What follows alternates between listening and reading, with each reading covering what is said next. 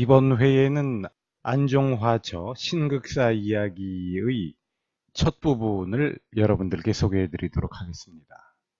이 동영상의 앞부분에 나오는 사진들을 좀 참고해 주시면 좋겠습니다. 제가 이번 회에 소개해 드리는 이 책의 내용을 잠깐 보시면요. 저자가 책의 본격적인 내용, 그러니까 연극사에 대한 내용으로 들어가기 전에 우리에게는 조금 예상 외로 난데없이 그 당시의 국제정세나 세계정세, 또 국내의 정치 상황에 대한 민족주의적인 자각 혹은 근대의식의 발화, 등장, 이런 것들에 대해서 이야기를 하고 있습니다. 저는 한국의 근대 연극, 또 보다 넓게는 근대 예술의 많은 부분에 문화적 민족주의가 작용하고 있다고 주장을 하고 있는데요. 저자 안종화가 자신의 책 제일 앞부분에서 연극 이야기를 본격적으로 시작하기도 전에 민족의식과 근대적 자각, 계몽과 같은 문제들에 대하여 이야기를 먼저 시작하고 있는 것은 아마도 저자 자신의 의도가 이른바 신파를 포함해서 한국의 근대화 속의 연극 운동이 신연극 혹은 신극이 문화적 민족주의라는 사회적 의식을 가지고 추진된 것이라는 인상을 주고 싶어서 그런 것 같습니다.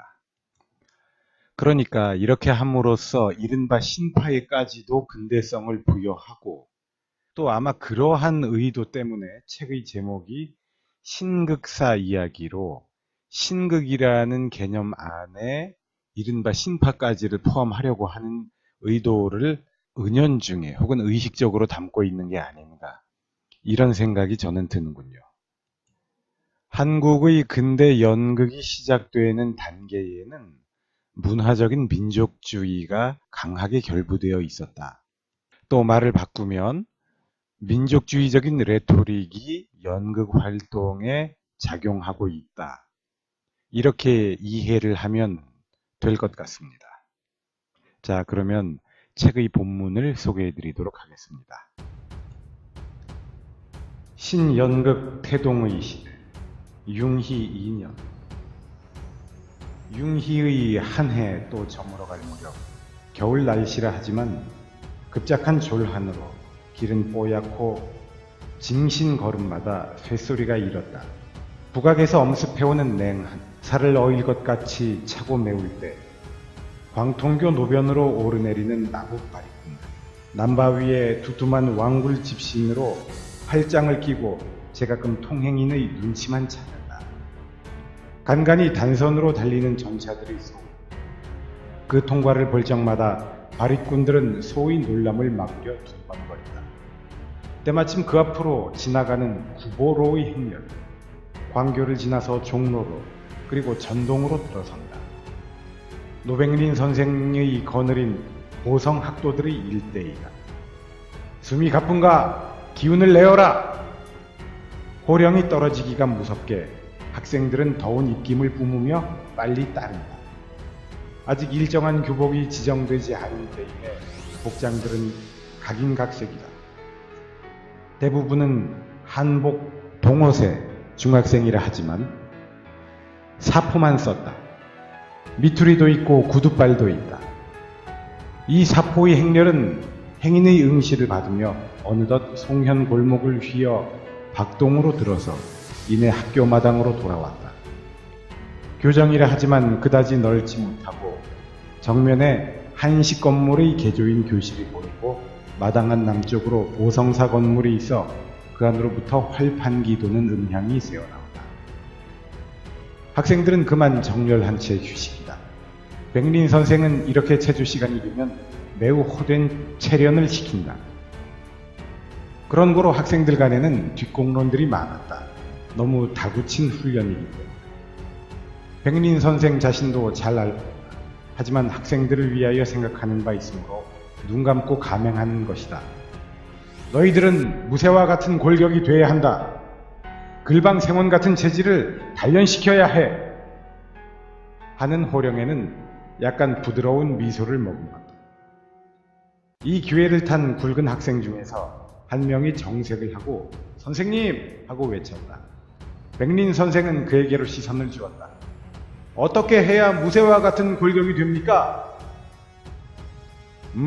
그리 되도록 해주지. 알았나? 굵은 학생들 간에는 와들 웃었다. 웃지 마라! 돌연 엄격해진 음성이다. 학생들은 다시 조용해졌다.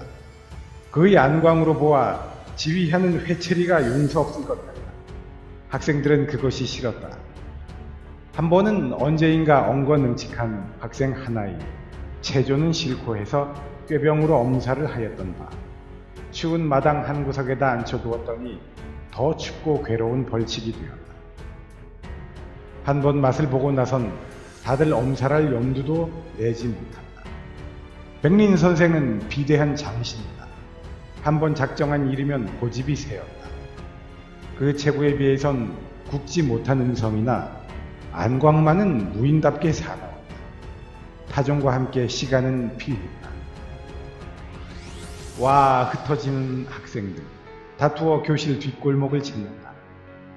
다시 학생들의 키를 볼 것 같으면 자그마한 소년의 몸이 있는가 하면 20이 훨씬 넘어 보이는 장대한 몸집도 있었다. 신교육 초창기라서 서당 출신으로 머리를 깎은 지 시일이 얕아 아직 망건 자국이 가시지 못한 기혼자도 있다. 이들은 이미 조혼의 관습으로 처자까지 거느린 학생들이다. 그래서 신학만 제외하고는 한문들에 능했다. 이렇던 때이라 신입초 체조 시간에는 걸출한 동작들이 보였다. 돌아! 하면 좌우 방향이 떨떨해서 제각근 반대 방향으로 돌아들서고 한다. 또 전진할 때는 팔과 다리가 온통 동일하게 묻어다니는 멍텅이도 있었다. 그럴 때마다 백린 선생은 눈을 부릅뜨고 차리는 양은 갈데 없이 군대 훈련식이었다. 교실 뒷골목으로 모인 학생들, 방과 후 유일한 흡연, 취. 교원들 간에는 어느 정도 묵인이 있었지만은 그래도 사제간의 도의상 교실의 눈을 피합니다. 뒷골목 자욱한 연기 속에는 오로도, 희로, 구름표 등의 권련갑이 난무한다. 모두 영미 연초 제품이요 10개 한 갑에 100통 한 푼짜리입니다. 이 흡연소와는 또 하나의 별다른 세계가 교장에서 벌어졌다. 어느 소년 학생 하나이 골목을 들여다보며 외쳤다. 그만들 비우시오. 신성한 교실 뒤에서 이것이 무슨 꼴이람. 저리들 나와. 좋은 책을 읽으니 들어들 두시오. 모두들 그 말에 귀를 기울이고 끄덕끄덕하였다. 옳은 말은 받아들일 만한 아량이 있는 학생들이다. 권련을 끄고 밖으로 나왔다. 그 소년 학생은 동네 출신인 현희윤이었다. 제일 책을 즐겨하는 나어린 학생이었다. 오늘은 어쩐 일인지 수업 시간이 타종이 울지 않았다. 교정 한 모퉁이의 학생들은 웅성웅성 모였고 그 가운데 어느 학생 하나의 책을 들었다. 모두들 책 표지를 기웃거린다. 명륜? 어디서 나왔소? 발행소는? 그들의 짓거리는 소리를 모른 채하고 책든 학생은 읽기 시작한다. 권두사 백설은 강산에 가득하여 은색의 창송은 홀로 서고 삭풍은 늠름 일선양춘이 돌아오니 만산평야의 화대염 명월은 서산에 걸리고 흑천지 만뇌는 적적하고 야색은 침침 일성 계명이 들리더니 만호 전문의 서광이 명랑 화려한 우리 반도에 삼강오륜이 퇴폐하여 신사숙녀 우구 불안 중심으로 된 한양성 혼구 병촉이 반가워라 이 명륜지 창간 출세. 그 목차를 한번 읽어보시오. 1. 사설 2. 언문은 보통 교육의 근본 3. 여자 해방에 대하여 문답과 결론 4. 노동자 우대할 일 5. 여자의 구속을 해방하라 6. 우리는 금수보다 다른 것이 무엇이냐 7. 조언의 폐해 8. 처첩의 해독. 9. 인생과 사회관. 10. 청년의 자각할 일. 11. 세계의 지리 개요. 12. 망향가. 13. 격언. 14. 웃음거리. 그리고 또 기고를 대대적으로 환영함 등이요. 그만이요. 사설을 한번 읽어드리죠. 그러시오. 우리는 당당한 4천여 년의 역사를 가진 우리나라이며 신성한 2천만 민족이 거주하는 우리 대한제국이며 삼천리 적지 아니한 강토를 점령한 우리나라이요. 연설체로 주먹을 부르짖고 열을 내어 있는다. 마치 가두 연설이 벌어진 것 같다. 동방에 제일 되는 군자 지방이니 예의 있는 나라이니 하던 우리나라로서 어찌하여 이 20세기를 당하여서는 도리어 세계에 제일 낙오되는 우리나라가 되었는가. 한창 열을 높여 읽는다. 그렇다. 조용하시오. 물론 여러가지 폐막이 많음으로 써야겠지만 깊이 그 근원을 상고하여 보면 반드시 윤리 도덕이 퇴폐한 까닭이라 하겠도다. 어찌함인가. 이 세상에서 개인의 일이든지 공중사회의 일이든지 대소사를 막론하고 그 좋은 결과를 보려면 반드시 서로 구호하여 서로 경애해야 할 것이었는데 도덕이 멸려하니 서로 구호하는 자선의 마음이 없을 것이요 서로 경애하는 의리의 마음이 없을지라. 도덕으로 서로 모이며 윤리로서 서로 부지하는 가정이나 사회에서 그 근본되는 것이 퇴폐하였으니 물론 질투하여 음란하며 분쟁나며 모함하는 일뿐일지라. 어찌 낙오되지 아니하며 강토를 지키지 못하니 고초 참상이 없으리요. 돌연 수업시간을 알리는 종소리가 난다. 와 하고 흩어지려 할 때 마저 빨리 읽으시오 하는 독촉이 나왔다. 네, 조금 남았소.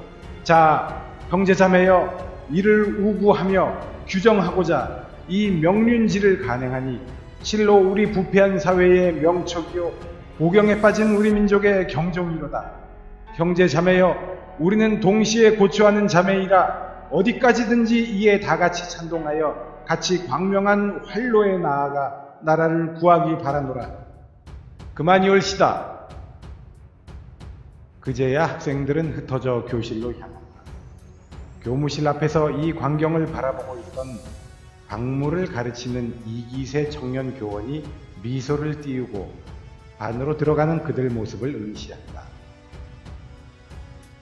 그 앞으로 횡단하던 현희윤 학생, 묵례하며 서로 시선을 맞추었다.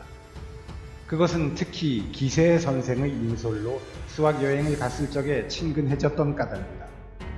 나이는 불과 6, 7년의 차이밖에 안 된다.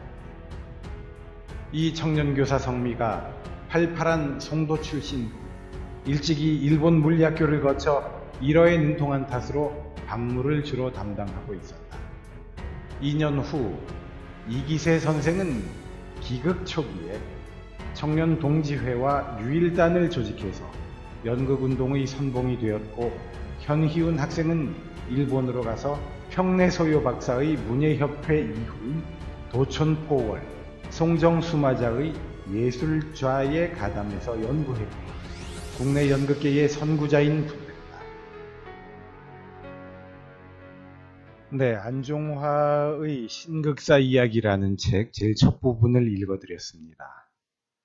안종화는 1902년 1월 21일 서울생이라고 되어 있고요. 1966년에 사망했다고 인터넷에 나와 있습니다. 일제강점기 조선과 해방 후 한국의 영화 감독 겸 배우라고 설명이 나오네요. 역시 일제 말기에는 친일을 했습니다. 창씨 개명을 해서 안전진웅이라고 하기도 했다는군요.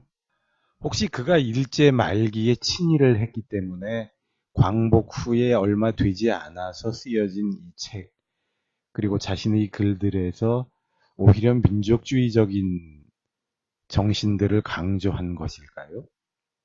조금 과잉한 생각인지도 모르겠습니다만은 저는 광복 후에 민족 정신을 강조하는 사람들에 대해서는 오히려 그들의 친일 행각을 들추어 보는 비판적 태도를 가져볼 필요도 있다라고 생각하고 있습니다.